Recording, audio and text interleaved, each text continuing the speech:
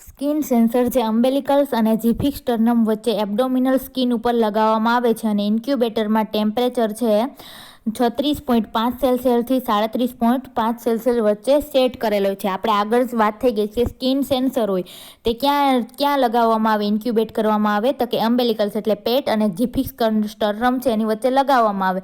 એ શું કરશે તો કે ચામડીનું જે ટેમ્પરેચર હશે એને શું કરશે, સેન્સર છે સેન્સ કરશે અને જેથી કરીને આપણે જે કંઈ પણ ટેમ્પરેચર છે સેટ કરેલું હશે એની અંદર કંઈ પણ ઓછા વધતું થાય તો એ તરત અલાર્મ સિસ્ટમ એની અંદર આવેલી હશે તો અલાર્મ છે વાગવા માંડશે.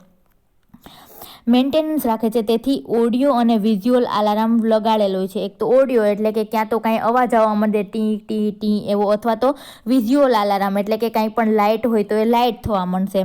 જો વધઘટ થવાથી અલાર્મ દ્વારા ખ્યાલ આવે છે. હ્યુમિડિટી ટેન્કમાં સ્ટરાઇલ વોટરનો ઉપયોગ કરવાથી ઇન્ફેક્શન અટકાવી શકાય છે. એટલે કે હ્યુમિડિટી ટેન્ક છે એની અંદર આપણે જે કંઈ પણ પાણી ભરીએ એ કેવું હોવું જોઈએ તો કે સ્ટરાઇલ હોવું જોઈએ, જેથી કરીને છે એ ઇન્ફેક્શન ના લાગે. કારણ કે incubator A source of infection છે. ઘણા સેન્ટરમાં ઇન્ક્યુબેટરમાં હ્યુમિડિટી ચેમ્બર વગરના હોય તો તેનો યુઝ કરે છે. એટલે કે આ જે ઇન્ક્યુબેટરની અંદર જો હ્યુમિડિટી ટેન્ક છે એની અંદર પાણી છે એ ના બદલાવવામાં આવે તો તેની અંદર શું થશે, માઇક્રો ઓર્ગેનિઝમ છે ઉત્પન્ન થશે, જેથી કરીને શું લાગશે, ઇન્ફેક્શન લાગશે. તો ઘણી હોસ્પિટલની અંદર શું હોય છે, હ્યુમિડિટી ટેન્ક છે એનો ઉપયોગ કરવામાં આવતો નથી. તેન ઇન્ક્યુબેટરમાં હાઈ રિસ્ક નિયોનેટ હોવાથી એક્સપર્ટ નર્સિંગ સ્કિલની જરૂર પડે છે. હવે ઇન્ક્યુબેટર કે આ કાચની પેટીની અંદર કેવા બાળકોને રાખી શકાય, જે શું કહેવાય કે જન્મથી નબળા હોય, જેનો વેટ છે એ સાવ ઓછું હોય, કે એકદમ હાઈ રિસ્ક હોય, કે માંડ બચે એવા બાળક હોય એને તેની અંદર રાખવામાં આવે છે. જેથી કરીને એનું જે કાંઈ પણ કેર કરે એ નર્સ કેવી હોવી જોઈએ, સ્કિલ્ડ નર્સ હોવી જોઈએ. તે ગમે તે ટાઈમે બેબીને શું રિસીવ કરવા માટે તૈયાર રાખવું જોઈએ તથા અગાઉથી જ વર્કિંગ કન્ડિશનમાં છે કે નહીં તે ચેક કરવું જોઈએ. જ્યાં ઇન્ક્યુબેટર છે એ કેવું રાખવું જોઈએ, અગાઉથી જ પ્રિપેર હોવું જોઈએ. અને એ બધું એ આખું કેવું છે, મશીન છે, એટલે કે મશીન છે એક વર્કિંગ કન્ડિશનમાં ચાલતા હોવા જોઈએ. તેને દરેકને મોનિટર ફંક્શન ચાલુ છે કે નહીં તે ચેક કરવા જોઈએ. તે સ્યુટેબલ જગ્યાએ મૂકવું જોઈએ, કે જે જગ્યાએ સ્યુટેબલ હોય, કે જે જગ્યાએ સારી રીતના રહી શકે એવી જગ્યાએ તેને મૂકવું જોઈએ. તથા હીટ સોર્સથી દૂર રાખવું જોઈએ, કે જે જગ્યાએ છે વધારે ટેમ્પરેચર રહેતું હોય ત્યાંથી એને દૂર રાખવું જોઈએ. તેન care of child in the incubator, કે ઇન્ક્યુબેટરની અંદર જે બાળકને ઇન્ક્યુબેટ કરવામાં આવે તે બાળકની આપણે કેર કે સાર સંભાળ છે કેવી રીતના રાખવી જોઈએ. તેમાં ફર્સ્ટ વન, ઇન્ક્યુબેટરને વાર્મ રાખવું તથા બેબીનું વેટ તથા એજ પ્રમાણે ટેમ્પરેચર રાખવું. હવે ઇન્ક્યુબેટર છે ને વાર્મ એટલે કે ગરમ રાખવું, અને બેબીનું જે પ્રમાણે વેટ હોય એની જેટલી એજ હોય કે જેટલા દિવસનું એ પ્રમાણે એને બોડીને છે જે સૂટ થાય એવું ટેમ્પરેચર છે સેટ કરવું જોઈએ. ધેન સેકન્ડ વન, બેબીને ઇન્ક્યુબેટરમાં સ્યુટેબલ પોઝિશન આપવી તથા બેબીને નેક્ડ રાખવું, જેથી તેનું ઓબ્ઝર્વેશન કરી શકાય. હવે બેબીને છે ઇન્ક્યુબેટરની અંદર શું આપવાનું, પ્રોપર પોઝિશન આપવાની, બરાબર રીતના સુવડાવવાનું, અને બેબીને શું રાખવાનું, નેક્ડ એટલે કે ખુલ્લું રાખવાનું. પહેરાવવું હોય તો આપણે માત્ર શું પહેરાવી શકીએ, ડાયપર પહેરાવી શકીએ. જેથી કરીને એની સ્કિનની અંદર, એના બોડીની અંદર કાંઈ પણ ચેન્જીસ આવે તો આપણે ઇઝીલી તેને ઓબ્ઝર્વ કરી શકીએ. તેન third one, sensor probe બેબીના abdominal ઉપર ફિક્સ કરવા, જેથી ટેમ્પરેચરનું છે રીડિંગ દર્શાવે. હવે સેન્સર આપણે આગળ આવી ગયું, સેન્સર પ્રોબ એને બરાબર શું કરવાનું, એબ્ડોમેન અમ્બેલિકલ જે એબ્ડોમિનનો અમ્બેલિકલ પોર્શન છે અને જીફિક સ્ટર્નમ છે એની વચ્ચે બરાબર રીતના શું કરવાનું, ફિક્સ કરવાનું, જેથી ટેમ્પરેચર છે સેન્સ થઈને એનું રીડિંગ છે મોનિટરની અંદર આપણે જોઈ શકાય. પછી ફોર્થ વન, બેબીનું ક્લોઝ ઓબ્ઝર્વેશન રાખવું તથા જેન્ટલ કેર આપવી, પરંતુ બેબીને વધુ પડતું ડિસ્ટર્બ ન કરવું. હવે બેબીનો આપણે ક્લોઝ ઓબ્ઝર્વેશન એટલે સારી રીતના એનું ઓબ્ઝર્વેશન રાખવાનું, એને જોતું રહેવાનું, પણ એને ઘડીએ છે આપણે ટચ કરીને કે બીજા કોઈ પણ અવાજો કરીને એને ડિસ્ટર્બ કરવાનું નહીં. બેબીની પાસે જવા માટે પ્રોબ હોલનો ઉપયોગ કરવો. હવે બેબી પાસે આપણે જવું હોય કે કાંઈ કામ હોય તો આપણે શેનો યુઝ કરવાનો, તો કે જે પ્રોબ હોલ જેવી જગ્યા આપેલી છે તેનો યુઝ કરવાનો. એક સાઈડના પ્રોબ હોલથી શું કરવાનું, પેટીની બંને બાજુ શું હશે, પ્રોબ હોલ હશે. તો એક સાઈડથી છે આપણે જે કંઈ પણ પ્રોસિજર કરવી હોય પ્રોસિજર કરવાની. દાખલા તરીકે ફીડિંગ કરાવવું હોય કે નાકમાં કાંઈ પણ કન્જેશન આવી ગયું હોય તો એનું સક્શનિંગ કરવાનું હોય, તો કાંઈ પણ ઇન્જેક્શન આપવાનું હોય, તથા બીજી સાઈડના પ્રોબોલ છે એનાથી શું કરવાનું, ડર્ટી પ્રોસિજર જેવા કે ચેન્જિંગ, આપણે કાંઈ પણ એના કપડાં ચેન્જ કરવા હોય અથવા તો એને ડાયપર ચેન્જ કરવું હોય, બાળકને ક્લીન કરવું હોય, તો એવી રીતના બંને સાઈડના પ્રોબોલનો જુદી જુદી રીતના યુઝ કરવાનો. ધેન 6.1 બેબીના પ્રોસિજર વખતે ગ્લોવ્સનો ઉપયોગ કરો તથા પ્રોબોલના ક્લીન માટે પણ, એટલે કે આપણે પ્રોબોલ ક્લીન કરતા હોઈએ અથવા તો બાળકની કંઈ પણ પ્રોસિજર કરતા હોઈએ ત્યારે શેનો યુઝ કરવાનો? ગ્લોવ્સ પહેરવાના. બેબીને રેગ્યુલર ઇન્ટરવલે ટેક્ટાઇલ સ્ટિમ્યુલેશન આપતા રહેવા જોઈએ, એટલે કે ટાઈમે ટાઈમે ટેક્ટાઇલ સ્ટિમ્યુલેશન, કે આપણે શું કહેવાય, બેબીને થપકી આપીએ અથવા તો એના તળિયામાં આપણે આંગળીથી ટેપ કરીએ, એને શું કહેવાય? ટેક્ટાઇલ સ્ટિમ્યુલેશન છે, એ રેગ્યુલર આપતા રહેવાના, જેથી બેબીની છે આપણને બેબી કેટલું એક્ટિવ છે તે ખબર પડે. ઇન્ક્યુબેટરને 7 દિવસ કરતાં વધુ સમય કન્ટિન્યુઅસ વાપરવું નહીં, એટલે કે આપણે જે એક ઇન્ક્યુબેટર લીધું છે, જે મશીન લીધું છે, એને 7 દિવસથી વધારે એકધારું વાપરવું જોઈએ નહીં. રૂટીન કેર બેબીને સાવચેતીપૂર્વક પ્રોવાઈડ કરવી, જેથી ઇન્ફેક્શનને અટકાવી શકાય. આપણે કાયમ જે રૂટીન કેર છે, જેમ કે બેબીને છે ફીડિંગ આપવું જોઈએ, એના ડાયપર ચેન્જ રૂટીનલી કરવા જોઈએ, બેબીને ક્લીન કરવું જોઈએ, તો એ કેર છે એ બરાબર આપવી જોઈએ, કાળજીપૂર્વક આપવી જોઈએ, જેથી કરીને બેબીને જે બહારના ઇન્ફેક્શન ના લાગે. 10.1 પેરેન્ટ્સને ઇન્ક્યુબેટર વિશે કેર વિશે સમજાવવા તથા બેબીની કન્ડિશન અને આઉટકમ કેવું છે તે જણાવવું જોઈએ. હવે પેરેન્ટ્સને શું કરવાનું? આખી ઇન્ક્યુબેટરની અંદર એને કેવી કેર અપાય છે, કઈ રીતના એને કેર અપાય છે તો સમજાવવું જોઈએ, અને અત્યારે એની કન્ડિશન કેવી છે અને એનો આઉટકમ, એટલે કે એની અંદર કેવા સુધારા થયા છે, એનો શું ફાયદો થયો છે તે સમજાવવું જોઈએ. ધેન 11.1 કેર આપ્યા પછી ઇન્ક્યુબેટરને ક્રોસ ઇન્ફેક્શન અટકાવી શકાય તે માટેની કાળજી લો. હવે કેર આપ્યા પછી ઇન્ક્યુબેટરને શું થાય, આપણાથી કાંઈ પણ ઇન્ફેક્શન ના લાગે, કે આ ઇન્ક્યુબેટરના આજુબાજુના એન્વાયરમેન્ટમાંથી કાંઈ ઇન્ફેક્શન ના લાગી જાય, એનું શું રાખવાનું? કાળજી લેવી પડે. ઇન્ક્યુબેટરના દરેક પાર્ટ્સને આપણે શું કરવાના? ડિસઇન્ફેક્ટ કરવાના અને એન્ટીસેપ્ટિક લોશનથી ક્લીન કરવાના. ધેન 12.1 ફોર્મેલિનનો પણ ઉપયોગ કરી ઇન્ક્યુબેટરને શું કરવાનું? ફોર્મ્યુલર છે શું છે? ડિસઇન્ફેક્ટન્ટ લિક્વિડ છે, એનાથી શું કરવાનું? ઇન્ક્યુબેટરને સ્ટરાઇલ કરવાનું. પછી 13 જ્યારે બેબીને ઇન્ક્યુબેટર ઓર આઇસોલેટમાંથી દૂર કરીએ ત્યારે તેને ડ્રેસ અને વ્રાપેડ એન્ડ એડિક્વેટ ક્લોથિંગ, જેથી હીટ લોસ ન થાય. એટલે કે હવે બેબી સારું થઈ ગયું હોય, સારી કન્ડિશનમાં આવી ગઈ હોય, તો આપણે ઇન્ક્યુબેટરમાંથી એને બહાર લાવીએ તો એને શું કરવાના? ડ્રેસઅપ કરવાના, એટલે કે એને કપડાં પહેરાવી દેવાના. પછી એડિક્વેટ ક્લોથિંગ પહેરાવવાના, એને વાપ કરવાનું, પછી એનો હીટ લોસ ન થાય તે માટેની કેર આપવાની. પેરેન્ટ્સને સમજાવવાનું તથા બેબીને કોઈ પ્રોબ્લેમ થાય તો જાણ કરવા માટે પેરેન્ટ્સને છે સમજાવવું જોઈએ. હવે નર્સિંગ રિસ્પોન્સિબિલિટી, તો કે એમાં ફર્સ્ટ વન, જો ઇન્ફન્ટ કે જેનું વજન કેટલું હોય? 1500 ગ્રામ, એટલે કે 1.5 કિલો કરતાં ઓછું હોય, તેના માટે ઇન્ક્યુબેટરનું ટેમ્પરેચર આપણે કેટલું સેટ કરવાનું? તો કે 34 થી 36.1 સેલ્સિયસ જેટલું ટેમ્પરેચર છે એ સેટ કરવાનું. અને જે ઇન્ક્યુબેટરમાં બેબીને મૂકીએ એ પહેલાં એને શું કરી લેવાનું? પ્રીવાર્મ, એટલે કે પહેલેથી ગરમ કરી દેવાનું. ધેન સેકન્ડ વન, ઇન્ફન્ટને ઇન્ક્યુબેટરમાં મૂક્યા બાદ સ્કિન ટેમ્પરેચર મેન્ટેનન્સ માટે ઇન્ક્યુબેટરને 36.5 સેલ્સિયસ વચ્ચે સેટ કરો. હવે બાળકને છે આપણે એની અંદર મૂકી દીધું છે, તો હવે ટેમ્પરેચર કેટલાય આપણે મેન્ટેન કરી રાખવાનું? ટેમ્પરેચર કેટલું જાળવી રાખવાનું? તો કે 36 થી 36.5 સેલ્સિયસ જેટલું છે એને સેટ કરી દેવાનું. Then third one, the infant need not to be fully cloth a diaper in only put, એટલે કે બાળકને આપણે ઇન્ક્યુબેટરની અંદર મૂકીએ તો તેને પૂરેપૂરા કપડાં પહેરાવવા એ જરૂરી નથી. આપણે એને શું પહેરાવી શકીએ? ડાયપર પહેરાવીને તેની અંદર મૂકી શકીએ. આ શું હતું? તો કે નર્સિંગ રિસ્પોન્સિબિલિટી. હવે આ બધું શેના માટે આપણે જોયું? તો કે જે ક્લોઝ ઇન્ક્યુબેટર હોય છે તેના વિશે. હવે ઓપન ઇન્ક્યુબેટર, હવે એને બીજું આપણે શું કહી શકીએ? તો કે રેડિયેટ વાર્મર કહી શકીએ. તો આપણે રેડિયેટ વાર્મર જોઈએ. તો રેડિયેટ વાર્મ એ એક ડિવાઇસ છે, એક સાધન છે, જેના દ્વારા ન્યૂબોર્ન બેબીનું ટેમ્પરેચર છે આપણે શું રાખી શકીએ છીએ? મેન્ટેન રાખી શકીએ.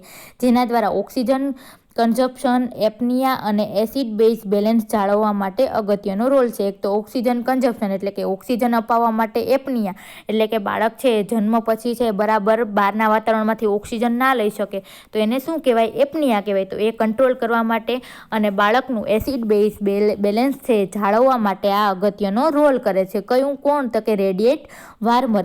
આની અંદર ઇન્ફ્રારેડ હીટ પસંદ કરવાના કારણે ડાયરેક્ટ નિયોનેટને વામ મળે છે. ઇન્ફ્રારેડ એટલે કે લાઇટ દ્વારા, એક લાઇટ સોર્સ દ્વારા શું કરવામાં આવે છે, તેને હીટ પ્રોવાઈડ કરવામાં આવે છે અને આજુબાજુના એન્વાયરમેન્ટને પણ અસર થતી નથી. આ લાઇટ છે કોની ઉપર પડશે, બેબી ઉપર પડશે, અને લાઇટથી શું મળશે, વામ મળશે. એટલે આજુબાજુનું જે આ વાર્મરની બહારનું જે વાતાવરણ છે એમાં કાંઈ પણ ગરમાહટ મહેસૂસ થતી નથી. ઓપન કેર સિસ્ટમ વાર્મરમાં હોય છે. આપણે આગળ જોયું ને કે ઓપન ઇન્ક્યુબેટર, તો આ ઓપન કેર સિસ્ટમ છે એ કોના દ્વારા અપાય છે, તો કે આ રેડિયેટ વાર્મર દ્વારા અપાય છે. તથા ઓવરહેડ રેડિયેશન વાર્મર અને skin thermistor with servo control હોય છે. એની અંદર શું હોય છે, તો કે ઓવરહેડ રેડિયેટ વાર્મર એટલે કે ઉપર શું હશે, રેડિયેશન દ્વારા એટલે કે લાઇટ દ્વારા વાર્મ એટલે કે હીટ મળતું હશે, અને skin thermistor with servo control એટલે કે સ્કિનનું ટેમ્પરેચર જાળવી રાખે તેવું શું છે, ઇલેક્ટ્રિકલ કંટ્રોલવાળું મશીન છે.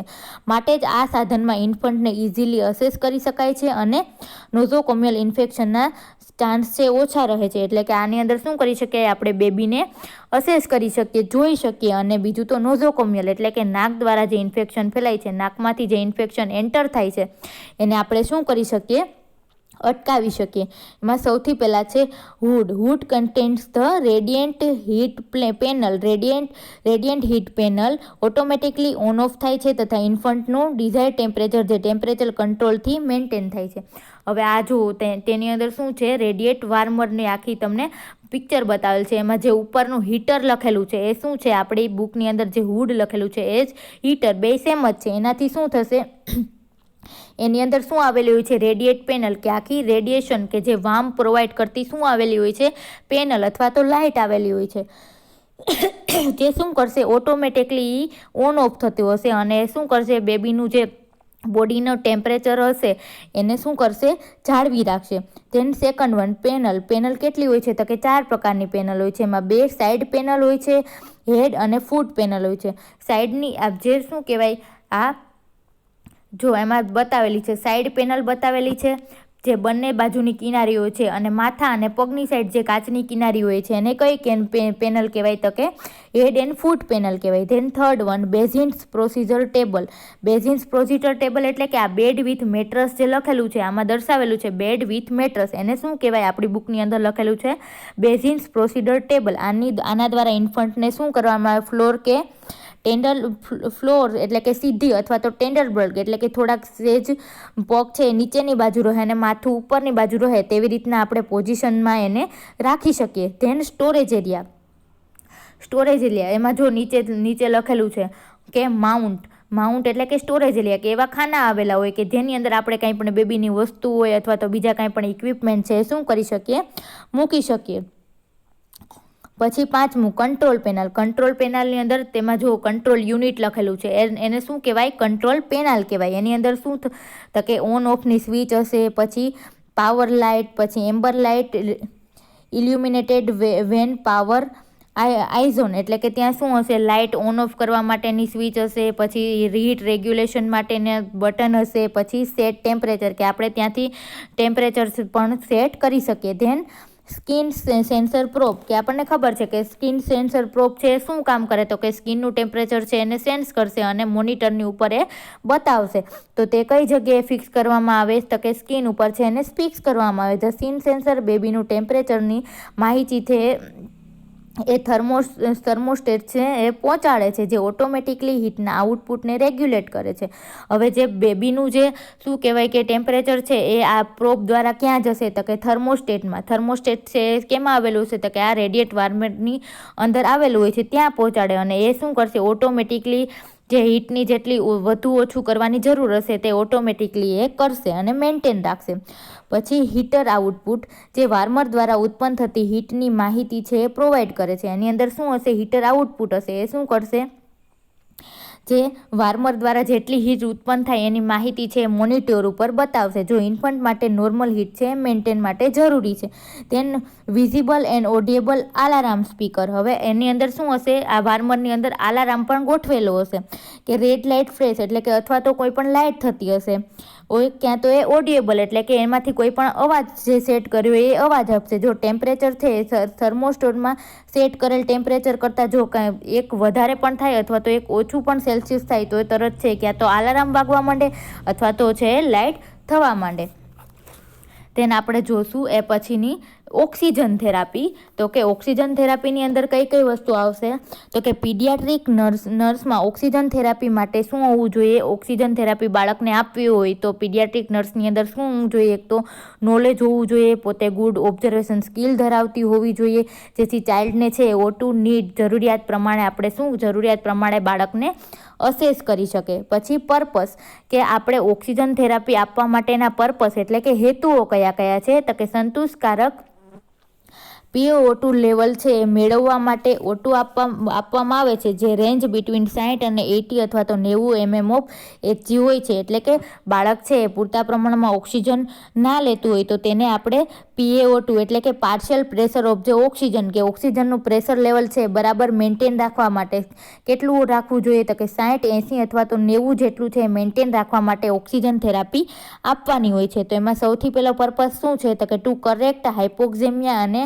હાઇપોક્સિયા એટલે કે શું કરેક્ટ કરવા માટે તો કે હાઇપોક્સેમિયા એટલે કે ઓક્સિજનનું લેવલ ઘટી ના જાય અને ઓક્સિજનનું લેવલ છે વધી ના જાય એ મેન્ટેન રાખવા માટે કરેક્ટ કરવા માટે. Than second one two increase O2 tension of the blood plasma કે બ્લડ પ્લાઝમાની અંદર છે O2ને ઇન્ક્રીઝ કરવા માટે. Than third one restore the ઓક્સી haemoglobin in RBC તો કે RBCની અંદર જે હિમોગ્લોબિનના કણ છે તેની અંદર ઓક્સિજનને રિસ્ટોર કરવા માટે. Then fourth one the maintain the ability of body cell to carry on normal metabolical function કે જે આપણી બોડીની અંદર સેલ આવેલા છે એના નોર્મલ મેટાબોલિઝમ ફંક્શન જાળવવા માટે છે O2 આપણે મેન્ટેન રાખી શકીએ. Then assessment of the need for the O2 therapy આપણે કઈ રીતના O2 થેરાપી આપવી એ કઈ રીતના અસેસ કરવાની તો કે ઘણા મેડિકલ અને સર્જિકલ કન્ડિશન O2ની જરૂર પડે છે. કોઈ પણ આપણે મેડિકલ કન્ડિશન હોય કે કોઈ પણ રીતના બાળક બીમાર હોય કે શ્વાસ ન લઈ શકતું હોય અથવા તો સર્જિકલ કાંઈ પણ ઓપરેશન કરવાનું હોય ત્યારે શું જરૂર પડે છે O2ની જરૂર પ્રમાણે પડે છે અને જે નીચે પ્રમાણે અસેસ કરી શકાય. દાખલા તરીકે observing symptom of the respiratory distress and hypoxia કે આપણે એવા સિમ્ટોમ્સ દેખાય કે બાળક છે રેસ્પિરેટરી ડિસ્ટ્રેસ એટલે કે ઓક્સિજન છે એકદમ બાળકના રેસ્પિરેટરી સિસ્ટમની અંદર ઘટી જાય અને હાઇપોક્સિયા એટલે કે ઓક્સિજનનું લેવલ છે ઘટી ગયું છે તો એવી કન્ડિશનમાં ઇનએડિક્વેટ બ્રિધિંગ પેટર્ન કે બાળકની બ્રિધિંગ પેટર્ન છે ઇનએડિક્વેટ થઈ જાય. પછી લેબોરેટ રેસ્પિરેશન એટલે કે શ્વાસ લેવામાં તકલીફ પડવા માંડે. સાઇનોસિસ એટલે કે એની સ્કિન છે ઓક્સિજન ઘટવાના કારણે બ્લૂઝ થઈ જાય. Change of the activity like restlessness એટલે કે બાળકની એક્ટિવિટી છે એ કેવી થઈ જાય ઓછી થઈ જાય. પછી લેથાર્જિક એટલે કે બાળક એકદમ આળસું થઈ જાય. અનરિસ્પોન્સિવ એટલે કે બાળક છે કોઈ પણ રિસ્પોન્સ ના આપે. Change in level of the consciousness એટલે કે બાળકની જે કોન્શિયસનેસ છે જાગૃતતા છે એની અંદર કંઈ પણ ચેન્જીસ આવે. તો હાઇપોથર્મિયા એટલે કે બાળકનું ટેમ્પરેચર છે એ ઘટવા લાગે ત્યારે શેની જરૂર પડે એમ કહી શકાય તો કે O2 થેરાપીની જરૂર પડે છે. Then second one analysis of the arterial blood gases કે આર્ટિરિયલની અંદર આપણે બ્લડ ગ્લેસ છે એનાલાઇઝ કરીએ ત્યારે ખબર પડે કે O2 થેરાપીની જરૂર પડે. તો એની અંદર કઈ કઈ વસ્તુ એનાલાઇઝ કરવાનું કીધું તો કે PaO2 એટલે કે partial pressure of the oxygen analyse કરવાનું. ધેન PaCaO2 તો કે શું એની અંદર અસેસ કરવાનું તો કે partial pressure of the carbon dioxide છે એ આપણે અસેસ કરવાનું. ધેન pH અસેસ કરવાની. ધેન HCO3 એ શું છે તો કે હાઇડ્રોજન કાર્બોનેટ એ આપણે ચેક કરવાનું. ધેન થર્ડ પલ્સ ઓક્સિમેટ્રી આપણે પલ્સ ઓક્સિમીટર દ્વારા બાળકના પલ્સ રેટ છે એ ચેક કરીએ ઓક્સિજન ચેક કરીએ તો એ જો ઓછો જણાતો હોય તો આપણને ખબર પડે કે ઓક્સિજન થેરાપીની જરૂર છે. Then fourth one measuring of the inspired O2 concentration કે આપણે એવું એ ચેક કરીએ કે ઇન્સ્પિરેશન એટલે કે બાળક છે કેટલા પ્રમાણમાં ઓક્સિજન છે ઇન્સ્પિરેશન એટલે કે શ્વાસની અંદર લે છે તે આપણે કોન્સન્ટ્રેશન ચેક કરીએ તો આપણને ખબર પડે કે O2 થેરાપીની નીડ છે અથવા તો જરૂર છે. તો આટલા અસેસમેન્ટથી આપણે O2 થેરાપીની જરૂર છે તે આપણે ચેક કરી શકીએ. Than method of O2 administration હવે આપણે ઓક્સિજન થેરાપી દ્વારા શું એડમિનિસ્ટ્રેશન કરવાનું છે શું દાખલ કરવાનું છે તો કે એને ઓક્સિજન પ્રોવાઈડ કરવાની છે. તો ઓક્સિજન છે કઈ મેથડ દ્વારા આપણે પ્રોવાઈડ કરી શકીએ તેમાં સૌથી પહેલાં છે ટેન્ટ મેથડ. તો ટેન્ટની અંદર શું હશે આપણે હવે પિક્ચરથી જોશું, આપણે ફિગર દ્વારા જોશું. તો કે ટેન્ટ મેથડની અંદર શું હશે તો કે આને આપણે પિક્ચરમાં દેખાય છે એને શું કહેવાય, ઓક્સિજન ટેન્ટ કહેવાય. તેની અંદર બેબીને શું કરવામાં આવશે, આખી પ્લાસ્ટિક શીટથી કવર કરવામાં આવશે અને તેની અંદર શું આપવામાં આવશે, ઓક્સિજન આપવામાં આવશે. તેન નાઝલ કેથેટર. હવે નાઝલ કેથેટર કેવું હશે તો કે આ તમને દેખાય છે કે રાઈટ નાઝલ પ્રોંગ અને લેફ્ટ નાઝલ પ્રોંગ, આ બંને પ્રોંગ છે એ બંને સાઈડના નોસ્ટ્રીલની અંદર દાખલ કરવામાં આવે અને તેમાંથી શું સપ્લાય થતું હશે, O2 સપ્લાય થતો હશે. તેન માસ્ક આપણે જોયેલું જ છે, જે સિમ્પલ માસ્ક આવે છે ઓક્સિજનનું તે. આ શું છે, oxygen administration by the face mask. આને માસ્ક દ્વારા જો આપણે ઓક્સિજન પૂરો પાડવામાં આવે છે તે. ધેન હુડ છે એ શું છે, એક પ્લાસ્ટિકનું ઓક્સિજન હુડ હોય છે જેને ફેસ આખું છે એ હુડની અંદર શું થશે, કવર થશે અને તેમાં શું જતો હશે, ઓક્સિજન જતો હશે. Than incubator. આપણે ઇન્ક્યુબેટર આગળ આવી ગયું. ઇન્ક્યુબેટરમાંથી કઈ રીતના ઓક્સિજન અપાય તે, અથવા તો બીજી ક્લાસિફિકેશન નીચે પ્રમાણે છે. એ ક્લાસિફિકેશનની અંદર આપણે જોઈએ તો પહેલું છે નોન ઇન્વાઝિવ મેથડ. નોન ઇન્વાઝિવ મેથડ કોને કહેવાય તો કે બોડીની અંદર કોઈ પણ જાતનું કટ કર્યા વગર અથવા તો કોઈ પણ જાતનું ઓપરેશન કર્યા વગર જે કંઈ પણ પ્રોસિજર થાય એને કેવી કહેવાય તો કે નોન ઇન્વાઝિવ મેથડ પ્રોસિજર કહેવાય.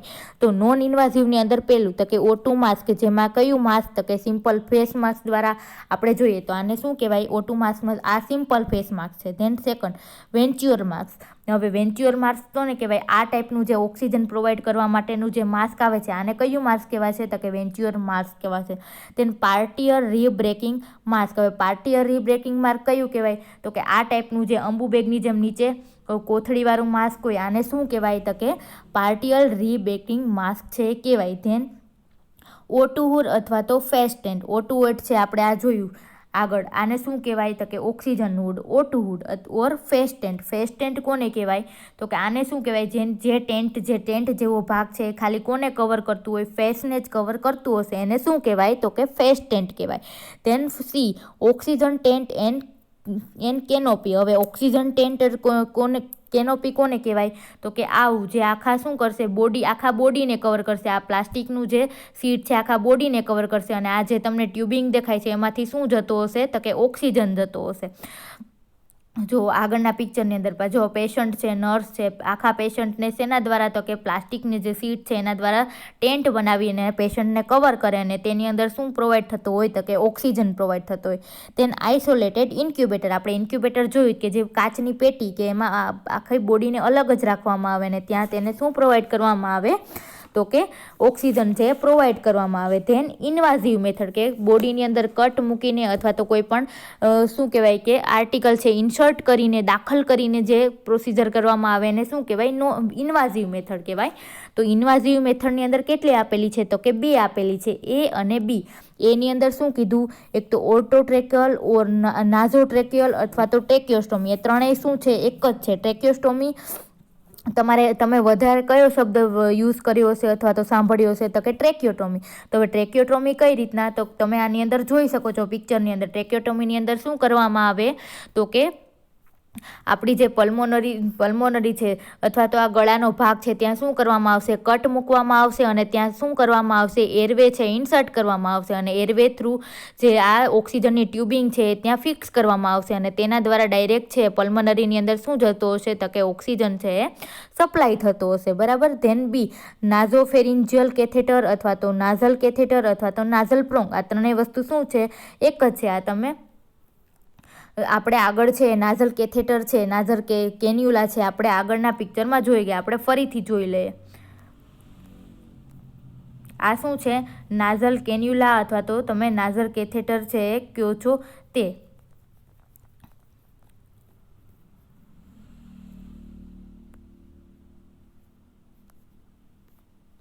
બરાબર. તો આપણે તેની અંદર જઈએ તો કે O2 ટેન્ટ દ્વારા છે આપણે કેટલું છે ઓક્સિજન છે પ્રોવાઈડ કરી શકીએ તો કે 40% O2 આપી શકીએ.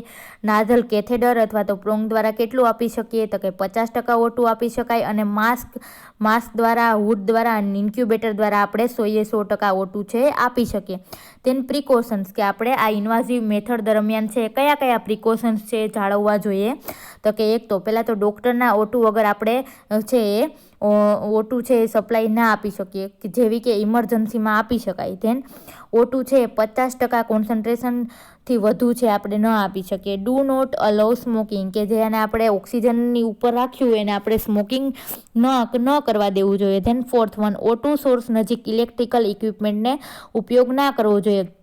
જે O2 સોર્સ હોય જેની આજુબાજુ ઓક્સિજન સિલિન્ડર કે એવું હોય તેની આજુબાજુ આપણે કંઈ પણ ઇલેક્ટ્રિકલ ઇક્વિપમેન્ટ ના રાખવા જોઈએ, કારણ કે આગ લાગવાની શક્યતા રહે છે. પછી 5th વન, O2 સોર્સ નજીક કાંઈ પણ ઓઇલ કે આલ્કોહોલનો ઉપયોગ ના કરવો જોઈએ. 6th one, always administration હ્યુમિડિફાઈડ O2, એટલે કે આપણે જે કાંઈ પણ O2 છે એ પેશન્ટને પ્રોવાઈડ કરીએ તો એ કેવો જોઈએ, હ્યુમિડિફાઈડ એટલે કે ભેજવાળો હોવો જોઈએ, જેથી કરીને નાકની અંદર ઇરિટેશન ના થાય. નહીંતર શું થશે, નાકમાં બળતરા થવા મળશે જો સૂકો O2 એમને જતો હશે તો.